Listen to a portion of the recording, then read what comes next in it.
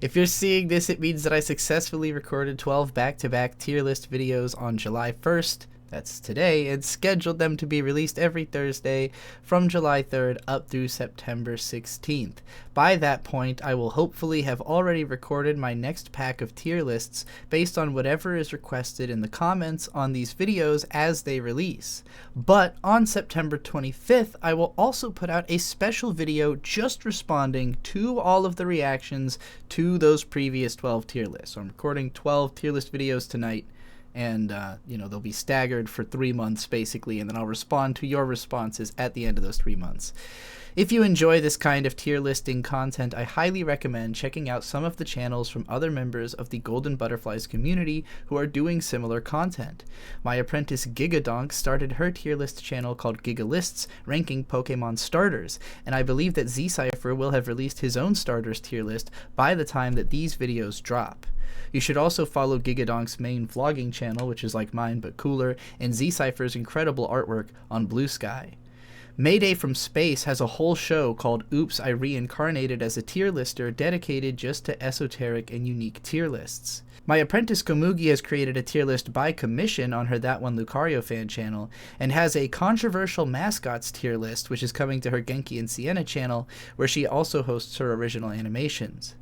Golden Butterflies administrator and Harpy Story comic author Ellen Horai has an upcoming tier list of worm characters based solely on their names, edited by the deathless author Amy Worrell.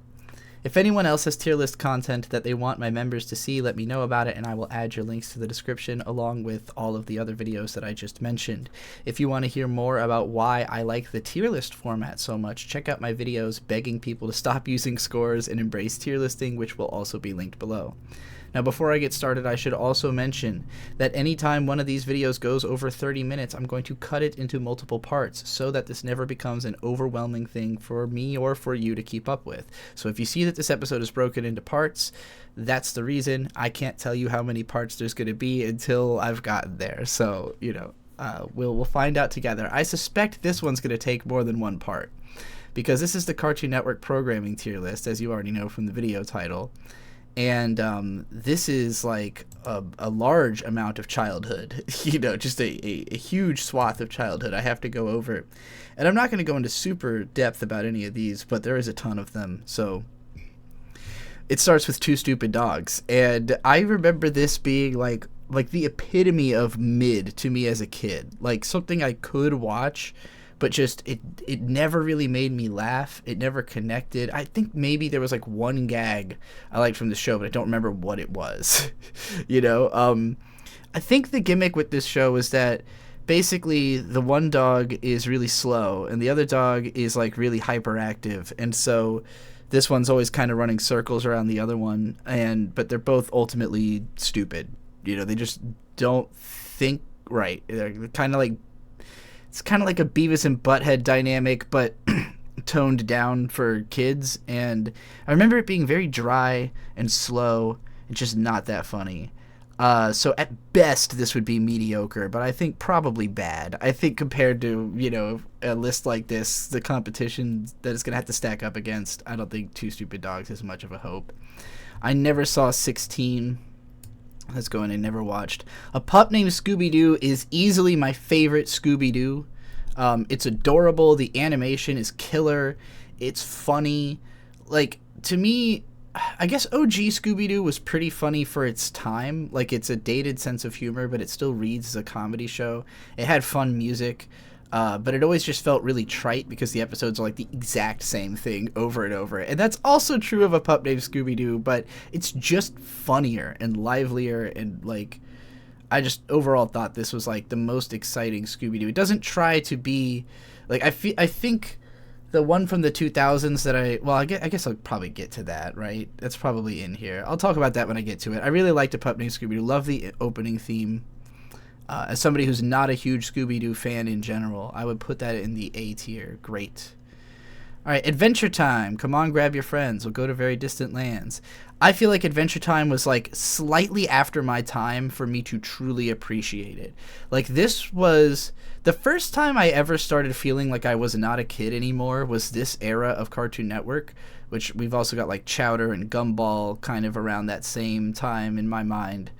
Of like, I was in high school, I was deep into anime, I was like watching stuff that's not necessarily for adults, but at the very least not for kids, you know? And Adventure Time had this air to me of being something that is meant to be edgy for children.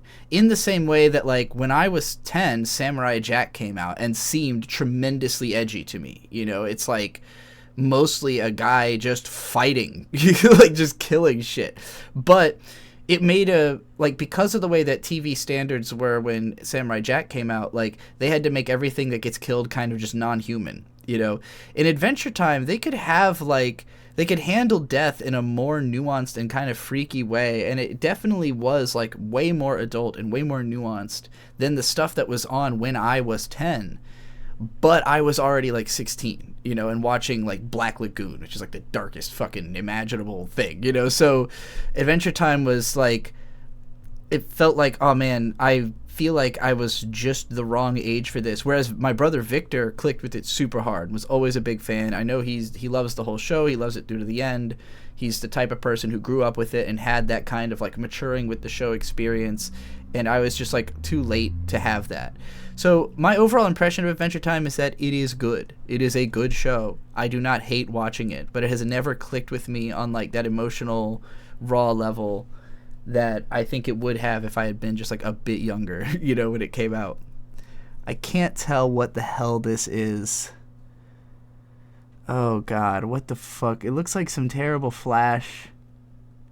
Yeah, I'm just gonna put that in what is this. I can't tell what that is. Sincerely cannot tell what that is. The Moxie Show is Cartoon Network's first ever original animated program. The first thing they ever had that wasn't just re-airing Looney Tunes, etc. The Moxie Show was also fucking impressive for the time. It was basically VTubing, but with a dog mascot and his fly friend. Like body rigging, real-time reactions getting animated. Very funny improv comedy news show. Moxie Show is like one of the things that deserves high ranks, but will never get it because most people don't know what it is. I saw it on the list and had to defend my bro. I'm almost certain that's literally this, right? Is this the Moxie Show? It has like a dog. Well, that's not what it looks like it says in the title. I guess I'll find out whenever I get... Oh, no, it's down here. Here we go. Here's the Moxie Show. Yeah, I definitely have not seen that, so I'm glad to have the rundown. I guess I'll just go ahead and put that in. What is this? Now, but I've had it explained to me, but I don't know what it is in terms of having seen it. Shout out Komugi. Go to the Genki and Sienna channel for more of that sweet knowledge. Okay, The Amazing World of Gumball.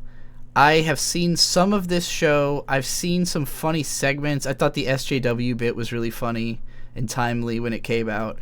I really like the mixed media approach. It's another one where I feel like I was too old for it at the time it came out. And also that, like, if it had come out when I was a kid, I would have been tremendously into it, mostly for the mixed media approach. Like, that's something I was really looking for all growing up.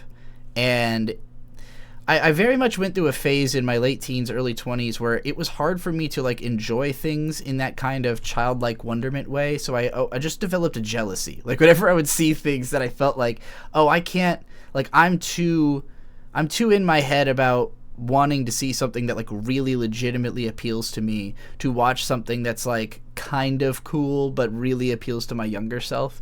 I think I would have an easier time with this show now is kind of what I'm trying to say, but I'm just going to put it in good. I think it's a good show. I never saw Apples to Oranges. Is this like the board game but as a show? That's terrible as a concept, but I have never seen it. Atomic Betty, I don't think I've ever seen. I do vaguely remember, like, that it exists. Okay, Baby Looney Tunes. Much like with a pup named Scooby-Doo, this is my favorite version of Looney Tunes. Is this just because I am a simple baby who likes low-stakes storytelling with cutesy characters and funny scenarios? Yes. Traditional Looney Tunes to me was always like... there just wasn't enough character. Like the characters don't have. Sometimes they would have a little more personality. Sometimes Bugs would have a lot of personality, but for the most part, the stuff that happens in Looney Tunes is like the same stuff over and over. And Baby Looney Tunes is really kind of not at all like Looney Tunes. Like, it's not a lot of Looney Tune type stuff happening. It's like slice of life baby adventures that happens to have the Looney Tunes characters, and so their personalities are bouncing off of each other in like way more direct ways than you'd ever get from the mainline show. So yeah, I really like Baby Looney Tunes. I don't know if I would put it as high as A Pup Named Scooby-Doo. And it certainly feels wrong to put it above Adventure Time and Gumball. Like, A Pup Named Scooby-Doo probably only clears those two on nostalgia, but it is just a good time to watch. Like, it's a very, like, bubbly, fun show in a way that, like, Adventure Time to me is, like, kind of dark and, like, feels weird. And Gumball is, like, just very meta and like kind of tongue-in-cheek. It's very Zoomer, I guess, is the phrasing I'm looking for. A Pup Named Scooby-Doo feels like it's making fun of like 50s Americana, but like from a tongue-in-cheek Xer perspective, I guess. Batman Beyond I've never really seen enough Batman Beyond to rank it, but as a kid, like a little kid, I did. Wait, is this just Batman, or is this Batman the Brave and the Bold? I think this is the... Okay, Batman the Brave and the Bold, I've only seen like a little bit of, but everything I've seen has been hilarious. Like, every time I've seen any of this show, it's been funny as hell. The voice acting is tremendously good. It looks great. It, like, makes a lot of DC, like, minor characters and shit, like, seem cool and relevant in ways that they just never get to participate in, like, the more serious stories. So I'm a big fan of stuff that that utilizes the chaos of comics. It's like the Spider-Verse movies being the ultimate example. So I'm gonna put this in good. I haven't seen enough of it to say it's great. Okay, Ben 10. Again, a little after my time. This is another one where, like, it came out and I went, oh man, if this had existed when I was 12, this would have been, or 10 even, especially when I was 10. If I had been 10 when Ben 10 came out, I could easily imagine it having been, like, my whole world. It's cool, it's got action, it's got transforming. Like, I've always been a Transforming Heroes fan, but again, it was just, like, too childish for me at the time it came out. I was in late high school already. I'm gonna say it's probably qualifies as good, but I can't say that I think it's hard. It's a lot harder for me to imagine, like, right now, present day, actually going and watching Ben 10 than it is any of the stuff I put in the B tier. So I'm gonna put Ben 10 in C tier. I cannot possibly imagine watching the sequels, because everything I've seen of these, they just the tone is way too self-serious for me to, like, connect with. I'm just gonna keep them all in mediocre because I think that's fair. I think if you're a Ben 10 fan, you probably feel pretty similarly about all of it. I don't even know what the fuck this one is. I didn't even know that existed. Some, like, new age Ben 10, reboot Ben 10, I guess. Okay, I think this is 90s Batman, although it doesn't really look like it. But I definitely grew up as a little kid with 90s Batman and thought it was dank as fuck. Like, my impression of Batman definitely comes from 90s Batman, and, like, any amount of appreciation I have for him as a character that would have led me to go watch, like, the Christopher Nolan movies and all that shit probably started here. I didn't see the old Tim Burton ones. Oh, I think I saw the Schumacher ones as a kid. Those were, like, kind of lame, even as a child. But I remember the show being cool. I'm going to put it in good because I haven't seen enough of it to say that it's great and to have that kind of a truly strong opinion. Okay, Camp Lazlo, I could not stand for the most part when it was on. I just didn't like the characters. I didn't find it funny. Didn't like the aesthetic. I'm hesitant to call it bad. It's definitely not as, like, bereft of ideas as Two Stupid Dogs was. But it's at best mediocre. don't know if I would have a harder time watching it than Ben. Yeah, we're gonna say bad. I can't imagine watching Camp Lazlo at all. Actually, I can't even imagine, like, if I had a kid that was like Camp Lazlo was their show, I'd be like, oh man, I'm stuck with this. Why did I end up with the Camp Lazlo kid? That's cruel. Shout out to Camp Lazlo kids out there. Captain Planet. Captain Planet, he's a hero, gonna take pollution down to zero. This show is, like, not good at all, but I fuck with it. Like, the opening theme is so fucking good, and I've got a lot of history with singing it. I'm surprised it's considered a Cartoon Network show. I didn't think of it that way. I thought it was, like, more of a, syndication thing. I don't know how many things on here might be like that. I don't know if Johnny Test is on here, but that to me is also like a syndication, not really a... Yeah, okay, I see it on here. But whatever, it plays on Cartoon Network enough, it should be here. Captain Planet, not a good show, but nostalgic, and the opening theme clear. The opening theme alone is better than Camp Lazlo or Two Stupid Dogs, so that is enough to put it up there. Chopsaki Chooks? Is that what this is called? That seems not alright to me, vaguely. Okay. Chowder. Chowder was cute. Chowder's fine. I like the mixed media aesthetic. It was another show that I thought maybe I'd have enjoyed more when I was younger, but even then, I don't think I ever would have truly connected with this show's sense of humor. It's just, like, a little too, like, loud and obnoxious for me. Although some of the shows I liked as a kid are pretty loud and obnoxious. But, I don't know. There's stuff in Chowder I like. I've always thought that it's, like it probably belongs in the category of good the same way that Adventure Time probably belongs in the category of great. But for me, it would be a kind of a mediocre experience. I don't see myself wanting to... I don't see myself wanting to watch Chowder any more than I see myself wanting to watch Captain Planet, even if I think Chowder's definitely a better show. Just more interesting at the very least. Clarence, I've only seen little tiny bits of Clarence, but I don't like it at all. I don't connect with it. I don't know if it belongs in bad, but nothing I've seen was anything I wanted to see again. Class of 3000. I remember this show being, like, quite strange. I saw a video recently that was talking about, like, how actually insane the soundtrack of the show was, like how unique and eclectic it was. And I was like, maybe that was what made it, like, tough for me as a kid, was, like, actually parsing how weird the music is. But most important to me is that this had a game that was basically baby's first digital audio workstation that basically taught me how to make music, like how just arranging different, like, collections of sound over one another and, like, timing it so that they come in and out.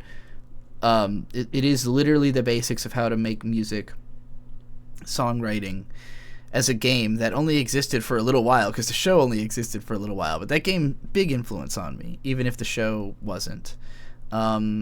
I'm gonna say, like, I would be interested to rewatch this show as a part of hip-hop history, but mediocre is where I'm gonna put it as, like, quality of a show. Don't remember it being, like, great watch to me as a kid.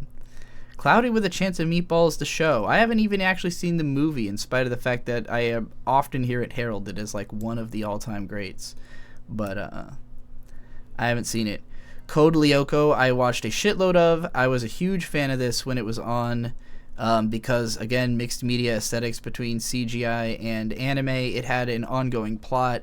It had much more serious characters. Like, this was, like a Ben 10 type of a show for me at an age when I was actually, could appreciate it. But even this was, like, just by virtue of being French, had, like, a little bit more bite to the interpersonal relationships than something like Ben, maybe until Alien Force. I would actually say Alien Force is probably pretty comparable to Code Lyoko, like, tone-wise. But, again, the CGI mixed media stuff really appealed to me. I know a lot of people hate that shit, but that's what I liked about it. So I'm going to put that in good. Codename Kids Next Door, I was a big fan of as a kid, even though it is loud and obnoxious, and there were lots of episodes I didn't care for that much. And the continuity made no fucking sense, but it was the first one of these fuckers to attempt it. Like, this show is truly groundbreaking for bringing ongoing narrative to Cartoon Network shows. Like, I feel like I've, just by chance, ended up talking about mostly newer Cartoon Network shows, like stuff that was past my childhood. But when it comes to anything before Kids Next Door in like 2003, not one of these goddamn shows had a continual narrative or anything that mattered from one episode to another. There might be recurring characters and they would be treated like they were recurring characters, but usually when they were even introduced, it was not like an introductory episode type deal. It was more like just treated like incidental that this character exists in this universe, because they never expected people to see the episodes in order. And in Kids Next Door's case, like the first couple seasons, they weren't really laying any foundation for what the story was going to be. But I want to say like somewhere in season 2 or 3 is when they start like deciding that stuff matters, and they're going to build all this lore, and they're going to do like an ongoing narrative. And it's not that it's incredibly well done per se, it's just it existed at all. It meant something. And again, this was out at a time where I was exactly the age to appreciate it. This was a show for 10-year-olds that existed when I was a 10-year-old. So I'm going to have to put it in good, even though I don't like objectively think that it probably clears Chowder, in terms of how good the show is, but in terms of like how it appealed to me, it definitely goes a little higher. Courage the Cowardly Dog is legitimately a masterpiece. The best. This is a show I can easily watch now and enjoy it more than I did as a kid. It is so tightly fucking constructed. Just, it's aesthetically brilliant. The soundtrack's incredible. Animation is the art of timing. Filmmaking and music also. Like, editing is the art of timing, and Courage is so well timed. Everything is so well considered in terms of how does everything time out, how do we manage tension, it's constant tension and release, which ideally is kind of all stories, but Courage just ratchets that tension up a little harder than most shows without being so horrific that it can't appeal to children. But it's scary to children, but they like it. Like, it's a scary that kids can handle and enjoy, and all that, at least the first generation of kids, my generation that grew up with Courage, has grown up to still like Courage. My brother will still put this on as like a bedtime show and just marathon Courage in the background. So I think it easily clears S tier, one of the best Cartoon Network shows of all time. And I'm glad we got to an S tier while we're in the first part of this. I think this will either be 2 or 3 parts based on how much is left. Although there are a lot of these shows that I have not even seen, a surprising number of them. Cow and Chicken was the weird, gross show from my childhood. I remember Ren and Stimpy from when I was like a little kid, and I think I liked it somewhat because it was a cartoon, but I also remember seeing stuff that was so like weird and gross that it kind of put me off, and I just could never figure out like if it was really for kids, if it was really for me. And Cow and Chicken was similar. Like, as a kid, I would watch it and be like, this just doesn't, like, I don't get a lot of the jokes, and it's just creepy and weird. The characters are just creepy and weird. This show has bad vibes. It's definitely for freaks, and I would put it in the bad category. Craig of the Creek, the aesthetic is so, like, off-puttingly generic. I definitely think this contributed to the whole, everybody hating Steven Universe and, like, everything that looks like it, because this, like, looks like a genericized version of it, I haven't really seen this show, so I'll put it in never watched. The Cramp Twins. I think I only saw a tiny bit of this, and again, this is one of those, it's just like, the characters are just unlikable and ugly, and it was like, what is meant to be the appeal of this? Definitely remember not enjoying that. I've never actually really watched this the superhero girls show that Lauren Faust made. This is basically what she did right after My Little Pony: Friendship is Magic, and I've seen bits and pieces of it. It just always kind of felt like really watered down in a way that's not especially engaging, but the designs look cool. I'm just gonna mark it as never watched. Dexter's Lab I watched a shitload of as a kid. This was like one of the main cartoon shows, one of the ones that I remember just like being on a lot and seeing a lot of it. It also like predates a lot of the other ones, so I do think this kind of set the template for what a lot of Cartoon Network shows were going to be. Gendy Tartakovsky created it, who was going to go on and make Samurai Jack and Clone Wars and a bunch of other shit, and fucking Primal. And like in retrospect, there's certain episodes of this show that really like live in my consciousness, you know, like episodes that had stuck out to me so much as a kid, and they still kind of resonate with me in my memory.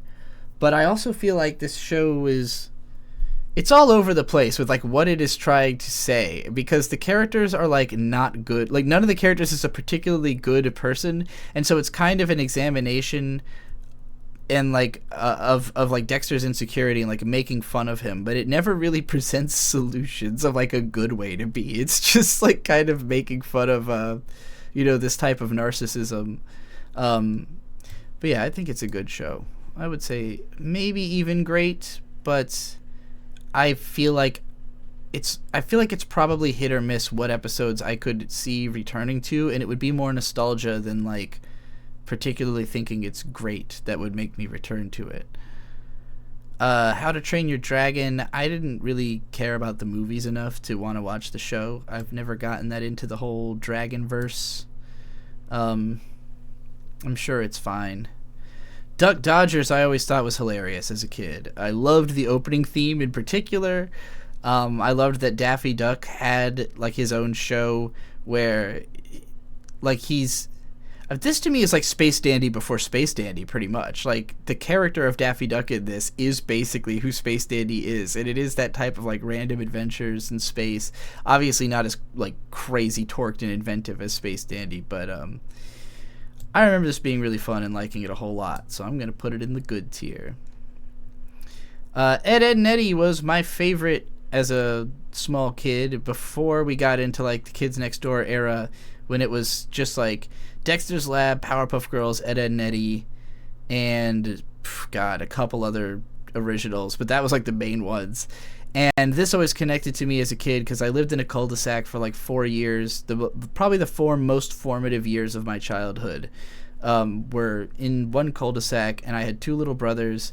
And I also had a couple of friends who all of us were very much treated like the weirdos and the outcasts of that group, you know. So I felt like we were the Ed, Edd n Eddy of the cul-de-sac, and I very much have like an Eddie personality when it comes to trying to make, I guess all 3 of them actually. I can relate to all 3 of these characters pretty heavily.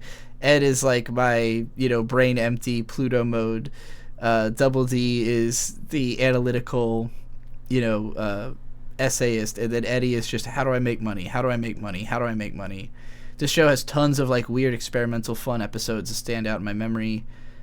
Definite great. I don't think it's as good as Courage, but definitely at least A tier. How far in am I? Oh, I'm closing in on 30 minutes. I'll just do Evil Con Carne, and then we'll start part 2 with Foster's, so that'll give you something to look forward to, because I know there's got to be some Foster's fans in here.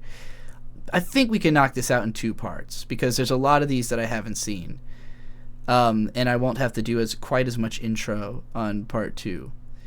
But yeah, I think Evil Con Carne was never really clear I don't know, it had a weird sense of humor. Like, I wanted to like this show.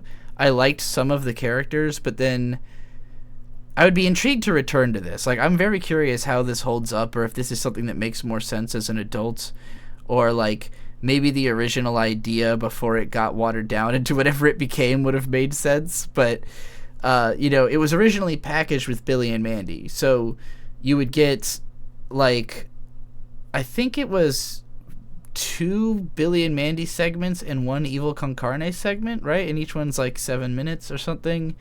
And then they eventually switched it to just like Billy and Mandy would just be 2 segments that are each 15 minutes, as opposed to having any Con Carne, just because Con Carne was not as popular or as interesting. And like right from the beginning, it wasn't as good, but it did have like before they cut it out, there had been the musical episode, where like the most memorable part is definitely the big brain meteor doing the parody of Little Shop of Horrors. But the Evil Con Carne part has this pie in the sky, and there's a part where they all sing, "Look, there's a pie in the sky, and it makes me wonder why. A pie is flying way up there in a ship piloted by a bear." And that has lived in my head rent-free for 22 odd years. Evil Con Carne is definitely mediocre. I wouldn't, but it's not as good as these shows, so I'm tempted to say bad, but it's not as bad as the Cramp Twins or Cow and Chicken. So, this is tough. It's either mediocre or bad. I mean, even just looking at the artwork, I am more inclined to like it than any, like all 5 of these. Two Stupid Dogs is just generic and boring, but like the other ones are like actively atrocious to me, whereas Evil Con Carne like looks like it should be a cool show. I just don't remember it being especially any good or having any unique ideas besides the pie in the sky, but I do like that song more than anything in these shows, so it clears on that basis. Alright, that's part 1 of tier listing Cartoon Network shows. We've only got 1 S tier so far, but Courage is like the only one out of the ones we've ranked so far that I can easily throw on. Like Bird was just rewatching it recently, so I probably saw a few episodes over his shoulder, and it was the kind of thing where like I just thought I'd be glancing, and then I end up watching the whole episode, just standing behind him. So yeah, I'm gonna say Courage is easily better than anything else, but I also haven't rewatched like Ed, Edd n Eddy or A Pup Named Scooby-Doo anytime recently. It's hard for me to imagine anything else like moving up, maybe Adventure Time if I knew the whole story, but these two, it's like probably they're where they belong, but I can't confirm the way I have with Courage. Alright, part 2 I'll record immediately. Okay, shouts out to all of these members who make all of this possible. Apologies if you signed up after July 2nd and you're seeing this way after July 2nd. I recorded all of these back to back, and I'm just using the same clip for all of them. So, shout out to Zydeas, Zinc, Mining God Bruce, Hewan, Radio Knights, The Rabbit, Brianna W, Baba Gadusius, Max Potion TCG, Petrichor VT, Pika Pika 2000, Sister of Scarlet, Kudere-kun, Mayday from Space, Isabel Incorporated, Spectral, The Mr. Grafixable, Aqua Bunny, Oh My Guy, Yodiland Wizard, Just Anna, Commenter number 456, Spacey Filmer, Your Stuff is Cool, CC, Plague on Humanity, ASE Presents, Denacori, Brody, Z-Cypher, Gary Always, Gigadonk, Zerakiel, Zen Huxtable, Duncan264, Gassy Hall, Taperclip, Asapi, and Night Night. Thank you all, and I'll see you next season.